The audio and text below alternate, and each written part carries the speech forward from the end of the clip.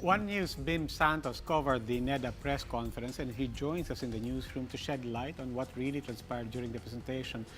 Bim, you were there. Can you clarify? I mean, 10,000 is not the same as the poverty threshold. At the same time, they're now saying this was not a recommended budget. They're saying this is a hypothetical budget. What exactly does that mean? And what exactly is the context behind the figure?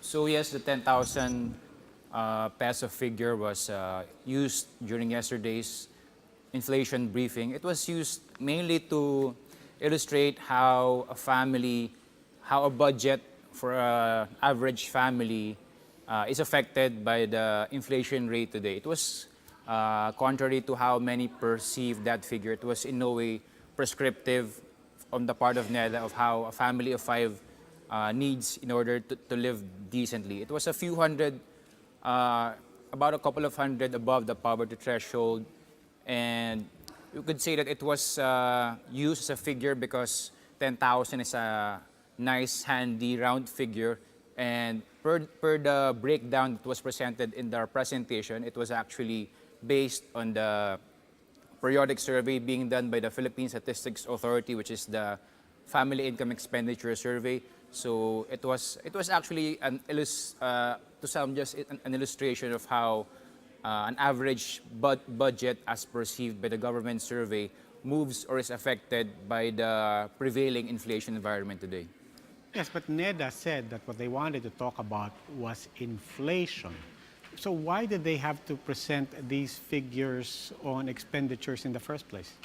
So one thing about yesterday's press conference was that it was actually the first press conference, interdepartmental press conference, where there was the Department of Budget and Management attended by Secretary Jokno, and then NEDA as well as the DOF. And actually during the press conference, they even read a statement, a joint statement where they basically are defending train, as many perceive train right now to be the cause of why prices are rising. But as they explained it per their computation, train only accounts for about 0.4% of the inflation rate, as mainly inflation is being driven by the increase in prices of fuel, which is mainly driven also by movements in the international oil markets. That's a good point. I mean, they did go to great lengths to parse what they said were the causes for the inflation, attributing a very, very small percentage to train. It did seem like something to mitigate against a backlash on train. What's the outlook on the tax reform package given what they discussed? So Train 2 right now is pending in Congress. As opposed to Train 1, which is focused on personal income taxes. Train 2 is focused on businesses, mainly reducing corporate income tax while rationalizing fiscal incentives.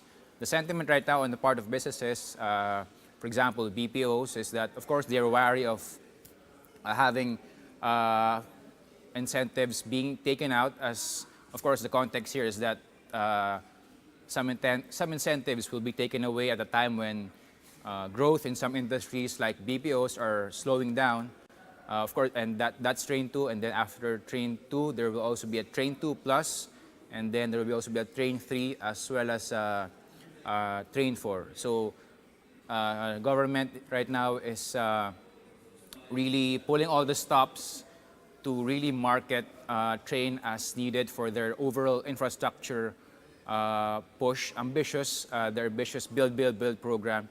Of course, one key context in the timeline of train is that the country will have midterm Senate elections on 2019.